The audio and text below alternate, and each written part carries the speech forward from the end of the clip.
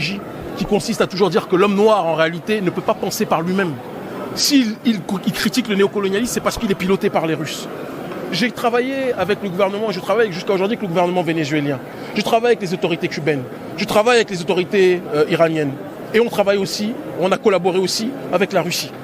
Mais il n'y a aucun tabou dessus, c'est de la géostratégie.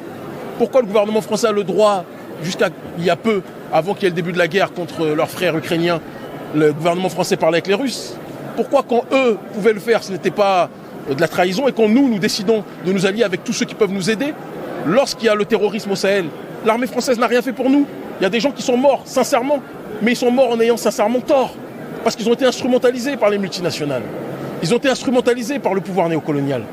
Mais ils n'ont pas été dans une démarche d'aider et de défendre les intérêts français. Et je dis paix à l'âme de ces soldats français qui sont morts, croyant servir à une bonne cause. Mais ils n'ont pas servi les intérêts de notre peuple et ils n'ont pas servi non plus les intérêts de leur peuple.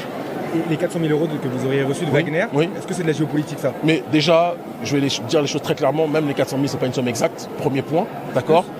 Ce n'est pas une somme exacte, et je peux vous dire une chose, on reçoit beaucoup plus du gouvernement vénézuélien, on a reçu beaucoup plus du gouvernement iranien, on reçoit beaucoup plus d'entités qui veulent nous soutenir dans nos programmes d'action sociale, qui veulent nous soutenir dans nos actions politiques, dans nos actions géostratégiques de manière générale.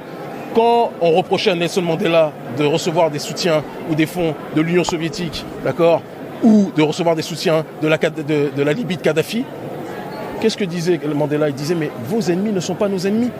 Il n'y a pas de combat politique d'indépendance qui se mène sans financement. Wagner, c'est pas un ennemi. Mais écoutez, on a arrêté de travailler avec Wagner. C'est pas notre ennemi, non. Wagner, c'est eux qui ont aidé le Mali, le gouvernement malien souverain, à récupérer la ville de Kidal. Avant, le gouvernement malien travaillait avec l'armée française et l'armée française disait qu'on ne pouvait pas récupérer Kidal. Dès que l'armée française est partie, que le gouvernement français a fait venir les Russes, eh bien on a eu la possibilité de récupérer la ville de Kidal. Est-ce que ça veut dire que les Russes sont des saints? Je ne crois pas. Est-ce que ça veut dire que Wagner ou les Russes sont des messies? Sûrement pas. Et je vous le dis les yeux dans les yeux, il arrivera un moment où on n'aura plus besoin de ces derniers. Nous, notre stratégie, elle est très claire. Ces gens-là ne sont pas nos messies, ne le seront jamais. Mais il arrive à un moment dans l'histoire où on a besoin d'alliances qui peuvent être ponctuelles. Et alliance ponctuelle ne signifie pas alliance éternelle. On se bat pour notre autodétermination, on fait de la géopolitique.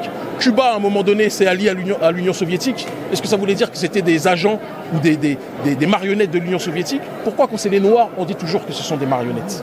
Je pense que c'est une question qu'on doit se poser. On est libre, on est souverain. J'ai tenu un discours au Parlement russe où j'ai dit que si vous vous colonisez, comme le gouvernement français l'a fait, nous vous combattrons sans pitié. J'ai une dernière question. Les Russes votent aujourd'hui. Vladimir Poutine devrait être réélu. Est-ce que c'est une bonne nouvelle pour l'Afrique?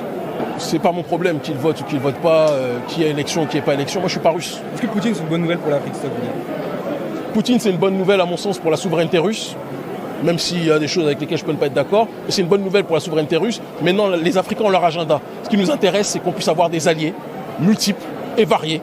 Et c'est pour ça qu'on ne met pas tous nos œufs dans le même panier.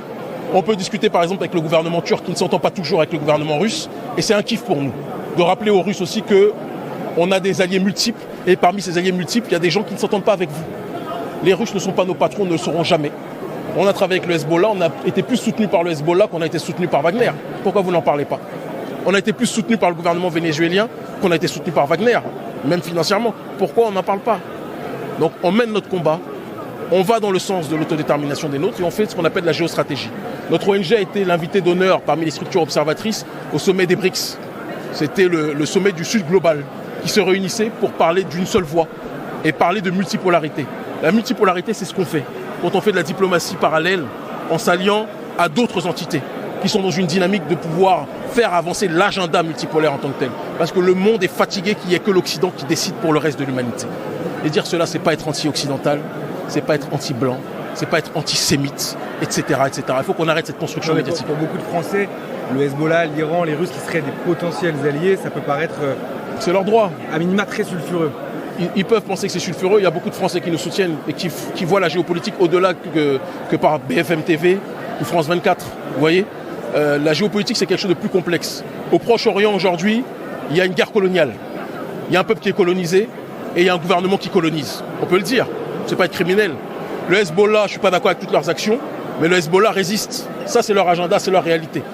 Et il y a une ligne aujourd'hui de résistance dans le monde, en Amérique du Sud, au Proche-Orient, en Afrique, en Europe de l'Est, en Asie. Et je pense qu'il faut en tenir compte parce qu'on ne peut pas parler des BRICS sans parler de cette ligne politique organisationnelle qui est en train d'être transversale et qui s'unit de manière extrêmement solide aujourd'hui. Merci. C'est moi qui vous remercie.